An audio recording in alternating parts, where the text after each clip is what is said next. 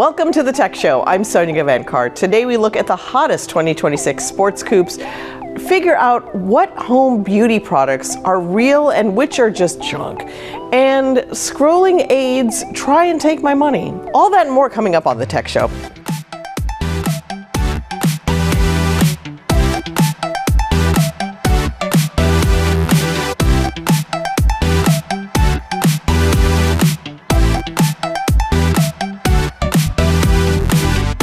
Now it's time for the latest. OpenAI's Sora app for AI videos is a viral hit despite being invite-only for now and limited to users in the United States and Canada at launch. On its first day, Sora saw 56,000 downloads and is now ranked as the #3 top overall app on Apple's US App Store, according to new data from app intelligence provider App Figures. On Friday, October 3rd, it became the #1 app on the US App Store. That puts it ahead of Google Gemini and OpenAI's ChatGPT. The firm estimates Sora's iOS app pulled in a total of 164,000 installs during its first 2 days. That's between September 30th and October 1st.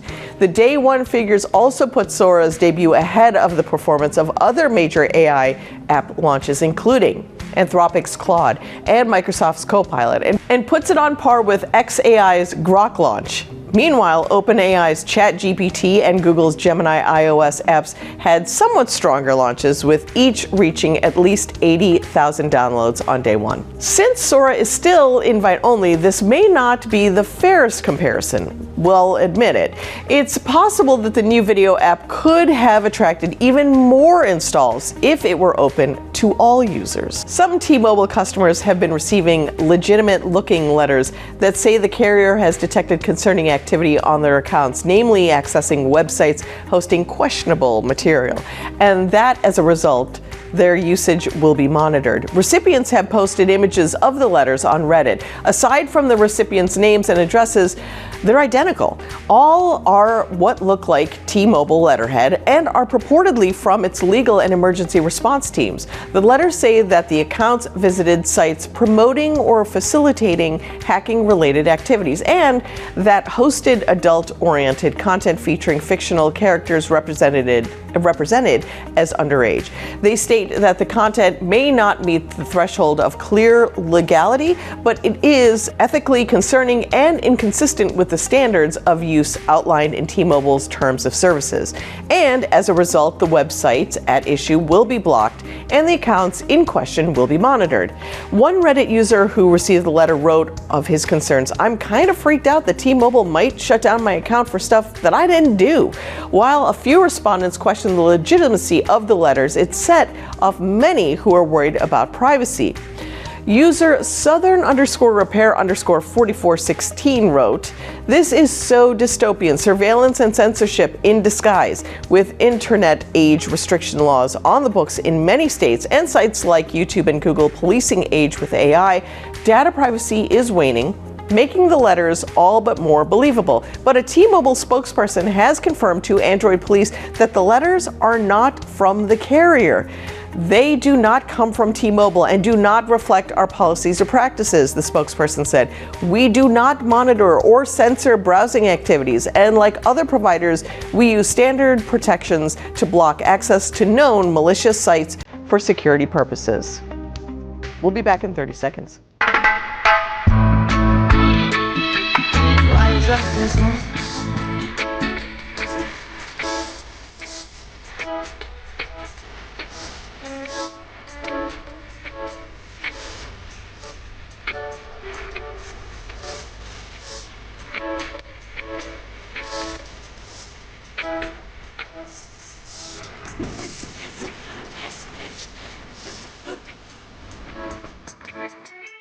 This season's all-new holiday lights experience also happens to be America's best aquarium. For the first time ever, Johnny Morris's Wonders of Wildlife National Museum and Aquarium will turn its 1.5 million gallon aquarium adventure experience, consisting of 35,000 live fish, mammals, reptiles, amphibians, and birds, into the Sea of Lights Enchanted Christmas. And we have Director of Conservation and Education Programs, Misty Mitchell, here to share a sneak peek peek at the dazzling lights and the inspiration behind the celebration. Hello, Misty.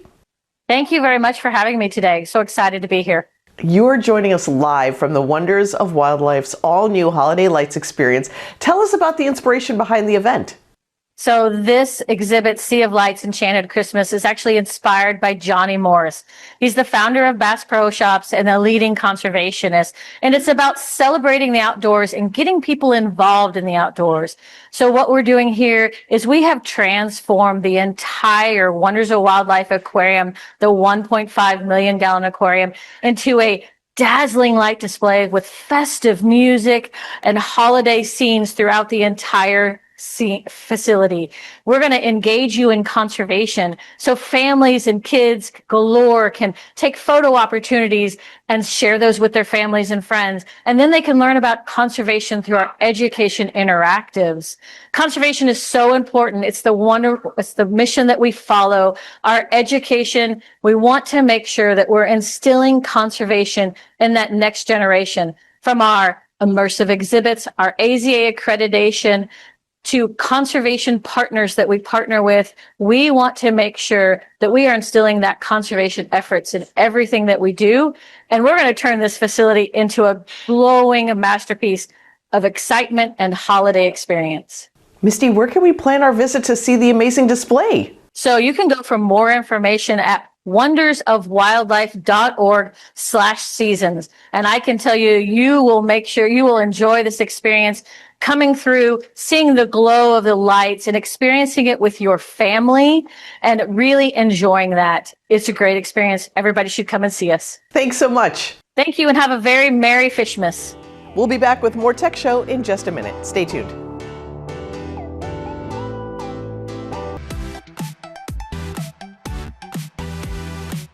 SUVs and sedans are sensible, but what is the fun in that? Let's look at Automotive Territory's most anticipated sports coupes of 2026 in today's Car Tech. No matter of your personal car preferences, you should agree that a sleek two-door coupe is the coolest way to get around. Today, we're talking about this appealing kind of transport. Welcome to the Automotive Territory, and let's get started. BMW M2 CS. BMW has just updated the top dog of its compact sports car range. Based on the current generation M2, the M2 CS gets distinct visual changes. They include an aggressive body kit with a ducktail spoiler, an angular rear diffuser, a matte black front splitter, a carbon fiber roof, and wheels with a bronze hue, and Michelin Pilot Sport Cup 2 tires. As usual, the interior showcases numerous M-Series badges, carbon fiber inserts, and sports bucket seats. The use of lightweight materials dropped the overall weight to 3,770 pounds. On the mechanical side of things, the chassis and the suspension were enhanced for on-road and track performance, while the powertrain put on some muscles. The twin-turbocharged inline-six with a 3.0-liter displacement is now worthy of 523 horsepower and 479 pound-feet figures. With these parameters, the newcomer snatches the title of the most capable rear-drive coupe with an M badge. However, the 8-speed automatic is the only transmission option for this ride.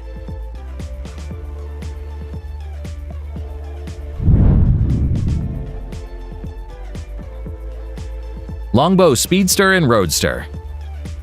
This young manufacturer from the UK wants to capture the lightweight spirit of traditional British sports cars and bring it to the electrified era. Their current intent is to deliver a roofless speedster and a sleek roadster model by 2026. Both newcomers sport a feather-light aluminum chassis and an aerodynamic exterior with a long hood and a dual-tone paint job. With a weight of 1,973 pounds and a 322 horsepower RWD layout, the Speedster can travel for 275 miles and complete an electrifying sprint to 62 miles per hour in 3.5 seconds. The roof adds about 200 pounds more to the Roadster's weight. It drops the acceleration time to 3.6 seconds, but increases the range to 280 miles due to better aerodynamic efficiency.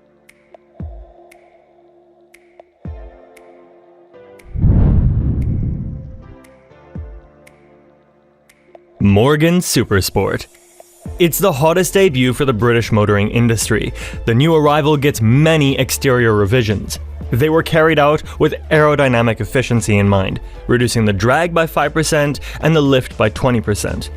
The aluminum body has sleek flowing lines, raised front and rear wings, a horseshoe-shaped grille with a black mesh, round headlights in front, neatly integrated LED lights in the rear, dual exhaust pipes, and a sweeping tail with a flush trunk lid. The interior blends the old with the new. The seats are trimmed with the finest Scottish leathers, the wooden panels are offered in 11 variations, and the analog dials are complemented by such modern features as an LCD screen, hands-free calling, and a premium audio system. The power comes from a turbocharged i6 engine by BMW. It's linked to an 8-speed ZF automatic gearbox and produces 330 horsepower.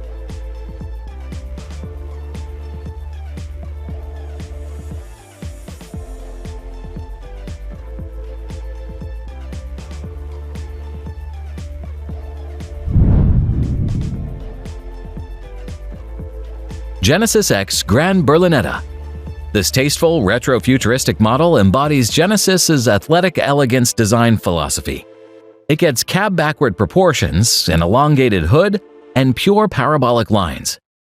The front end features a futuristic iteration of the Genesis Crest grille with integrated two-line headlights, with the latter stretching beyond the front fenders. The two-line light cluster is also present at the rear end and resembles sports cars of the 60s. The mid-engine concept is powered by a hybrid setup based on a turbo V6 engine and a YASA e-electric motor. The combined output of this system is rated at 1,071 horsepower and 986 pound-feet of torque. The exterior is coated in a magma hue, which matches nicely with giant golden centerlock wheels. The highlight of the X Gran Berlinetta interior is the digital panoramic heads-up display mounted on the base of the windshield. There's also an F1-style steering wheel, quilted seats, and plenty of carbon fiber inserts.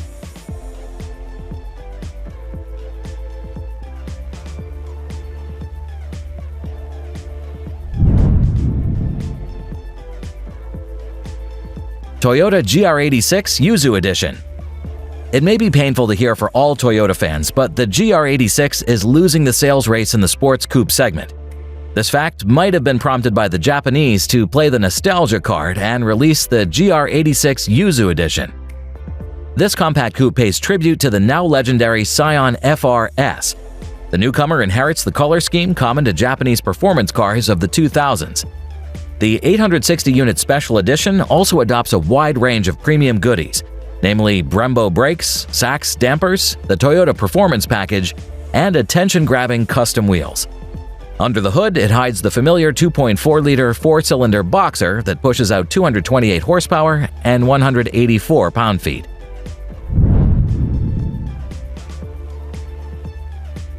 Aston Martin Valhalla. After 5 years in the making, Aston Martin is finally ready to present its track-ready monster. Labeled by the British performance manufacturer as a true driver's supercar, the Valhalla utilizes a cutting-edge hybrid powertrain. It consists of a 4.0-liter twin-turbo V8 and 3 electric motors that join forces to produce 1,064 horsepower and 811 pound-feet of torque.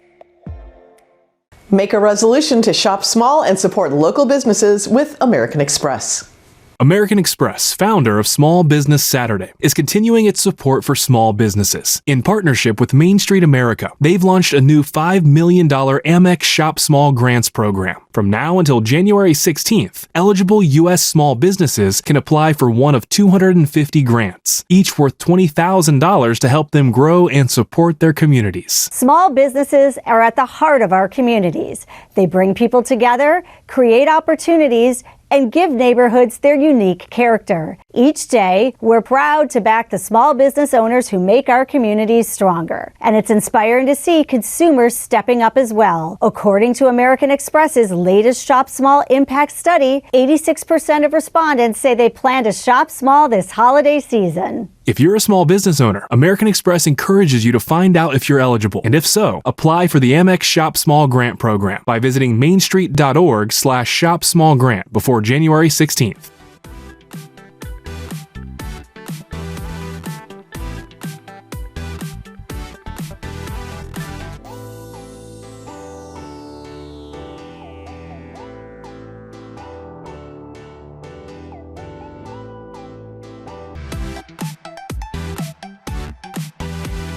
If you're in search of an anti-aging magic bullet like me, you are likely happy to spend good money on something that really works. But how do you know what really works and what is just a placebo? Dr. Abbs gives us some pointers on how to decide in today's health tech. Are one of the most opaque companies I've ever seen, making false claims, terrible posts showing their terrible understanding of science, and being ripped to pieces. After my last video, a lot of you asked if FDA clearance means you shouldn't buy that device. If you're really interested in buying at-home skin or beauty devices or getting clinical treatment, then there's actually a couple of things you need to ask about, and not just whether it has FDA clearance or not. And this video is going to give you every single one. After that, I'm going to take you through a comparison between two devices as an example so you can see how to analyze something for yourself before you buy it. There's a few tiers of quality, and the higher your device ranks on the simplified diagram, the better it is. At the bottom is an FDA clearance by 510K equivalence. All this means is that the device is similar to something already on the market. It doesn't actually say anything about whether it can cure your skin condition. Simply a method of getting a product to market in a more convenient way than the next tier up for that manufacturer. It's an irrelevant measure of device quality because you as an end user don't care whether your device is similar to something else on the market. You care whether your device can help you or not. Next up is FDA clearance by testing. This is slightly better than a 510K equivalence, but it's still pretty useless. Essentially, instead of saying your device is similar to something that's already on the market, you submit some testing data of your device. But because that data will be analyzed by FDA scientists, I think it's a completely corrupt process, as you can see from my previous video where I show you the manipulation that goes on during that analysis by FDA scientists during the approval process for medical devices. Does that mean FDA clearance by testing or equivalence is completely useless? Yes, it does. Does it mean you can measure your device quality based on them? No, it doesn't. For example, you can have a terrible device that's similar to something on the market already, and it can get FDA approval by equivalence. But you can also have a fantastic device that's like nothing on the market, so you can't get equivalence, and maybe the company isn't able to produce a huge amount of testing data, maybe because of budget constraints as an example, so it doesn't get approval by testing either. That's why the next step up in this tier is even better. Now we have medical CE. This essentially means you have a medical license. This is what you should care about. You're buying a device not because it's similar to what's on the market, but because you want to clear your condition. And medical CE means that this device is able to clear a condition. The final and best tier, however, is simply to look at the measurable metrics of that device's statistics as well as the transparency of the company. There are devices which may not have medical CE certificate, but their statistics and the strength of the device are measurable and not based on opinion or fancy words on a website is extraordinarily high, and thus they're still able to provide a fantastic result for anyone that uses it. If the company is transparent about this, then they'll provide any and every statistic you like, which is a show of how much they have nothing to hide, because they know that their device is the best. But if a company refuses to give you certain stats, chances are it's because they don't want you to realize there's something better out there which you can see once you use their stats to compare. But the problem you guys have in the public is that you don't know which stats to ask for each device. But that's okay, because that's what this channel is for, and I've got you covered. I'm going to compare these two devices now. The Lima Laser is absolutely one of the worst skincare devices I've ever seen in my life, and the Dermalux LED series is the most powerful LED series anyone has ever invented. FDA clearance. They both have it from equivalence, but does that say anything about either of them or their ability to help your skin? No, because it's simply a more convenient way for the companies to sell their products and nothing more. Medical CE. As you can probably guess, the Lima Laser has no medical CE whatsoever, whereas the Dermalux has multiple because it's so powerful. And at the end of the day, what you want a device for is to solve your problem and not to be similar to something else already sold, as I've already said. And just so you know, by the way, there's only one LED range in the entire world that's good enough to attain a medical CE, and that's Dermalux. Let that sink in before you decide to go off and buy something else. If other devices were powerful enough or good enough for your skin, Why haven't they also been given medical CE? Why have they only got something useless like FDA clearance, if anything at all? Transparency in metrics. Dermalux are one of the most transparent companies in the world, and that's because their statistics are the highest of any device ever made. So the reason they are so transparent is because they know, even if other companies see their statistics, they know that they still can't be beaten anyway. That tells you that you're buying the best device out there. We have to take one final break, then we're back with Take My Money right here on The Tech Show. Stay with us.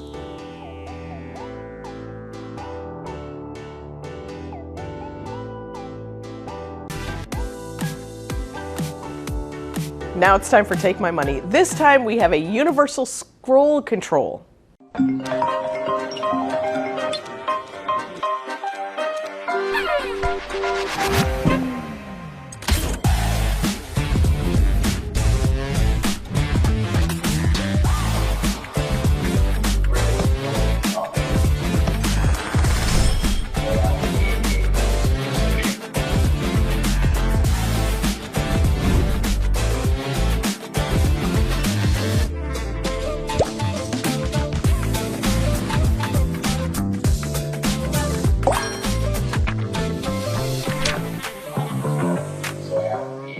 Okay, get a load of this.